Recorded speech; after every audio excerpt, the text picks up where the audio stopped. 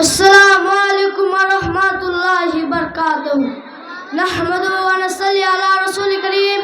اما بعد اعوذ باللہ من الشیطان الرجیم بسم اللہ الرحمن الرحیم اقرأ بسم ربک الذی خلق خلق الانسان من علق اقرأ ربک الاکرم الذی علم بالقلم وقال نبی صلی اللہ علیہ وسلم طلب الفضل علی کل مسلم وقال الشاعر لیس الجمال بالصواب تزیننا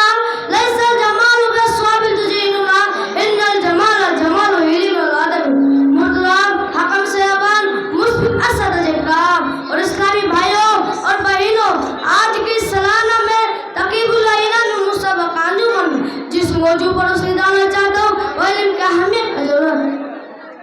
شامل آزاد قرآن اور حدیث میں لکھا فلاح اور کم میں بھی کا جاری کرا دے اور علم بہت جگہ فائدہ بن کی گئی ہے۔ علم انسان کو بستی سے بلند کی طرف لے جاتا ہے، علم اپنے شخص اعلیٰ شخص بناتا ہے، کار تہذیب تاکم کو تہذیب دولت سے مالا مال کرتا ہے۔ علم عجائب معاصرے میں علم عافیت کو قدر سے دیکھا جاتا ہے، علم اہمیت کو بڑھاتا ہے۔ قرآن سے مقدس مقامات پر جگایا ہے، چنانچہ حضرت ابراہیم علیہ السلام جب اللہ تعالیٰ نے کعبے کی تعمیر مکمل کر چند لوگ آبادی ہوئی، دعا فرمائی کہ ربنا وابعث فیہم رسولا منہم یتلو علیہم آیاتک ویعلمہم الکتاب والحکمۃ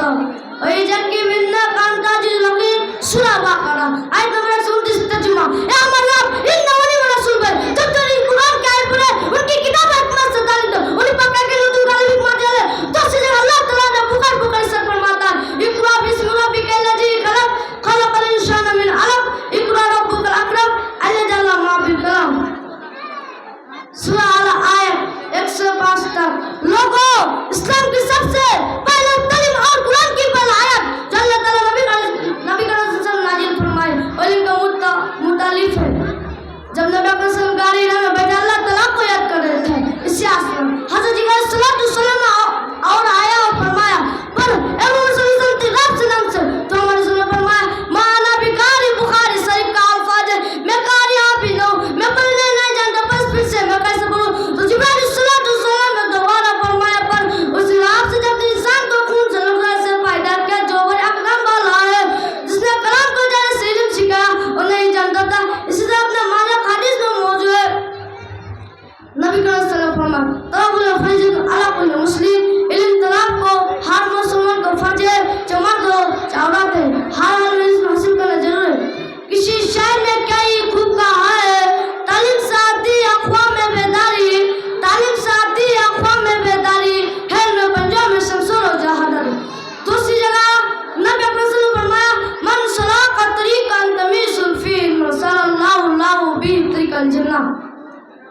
ترجمہ، جس نے چل سنگت سے تو اللہ تعالیٰ اس کا جنت جانے کا راستہ سنگت دیتا ہے۔ حدیث غور کرنے کی بات ہے، میں اصل علم سے روکتا بلکہ آپ دینی تعلیم اور اصل تعلیم ابھی دولت سے دے سکتا۔ اسکول اور کالج یونیورسٹی میں لیکن سب سے پہلے دینی تعلیم پر دھیان دینی چاہیے تاکہ اللہ کا رسول کا بارے میں معلوم ہو جائے۔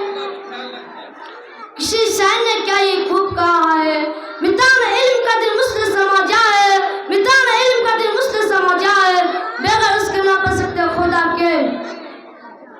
سامن آزاد ستی بنت حکم علیکم حکم مولانا سفیر مبارک پر لکھتے ہیں جب صدر کافر کو قید کیا تو نبی اکرم صلی اللہ علیہ وسلم یہ کیا کار میں 10 دن سب اپنا پہلے سکھائی تو تم آزاد ہو۔ اوپر کے حدیث معلوم ہے کہ اسلام ناصر سلوسن ہوتا بلکہ فرض اور ضروری قرار دیتے ہیں۔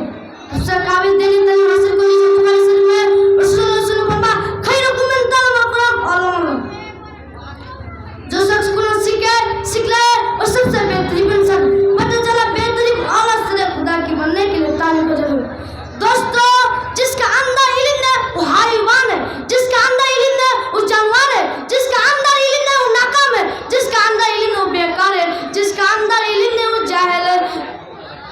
جس کا اندر علم ہے وہ کاناندہ ہے۔ محترم سامعین اور سامعات، ہماری باتوں کا طرف دھیان دیں۔ علم ایک لاجواب دولت ہے، علم ایک بے مثال طاقت ہے، علم سے خدا کو پہچان جاتا ہے، علم سے برا اور بالا کو پہچان جاتا ہے، علم سے آدمی کا عزت ہوتی ہے، علم کا دھوم جس سے لگی نہیں در حقیقت ابھی نہیں۔ دوستوں صحیح سے بتاؤ تو علم کا بے گر کوئی مولانا بن گو، علم کا بے گر کوئی مفسر بن گو،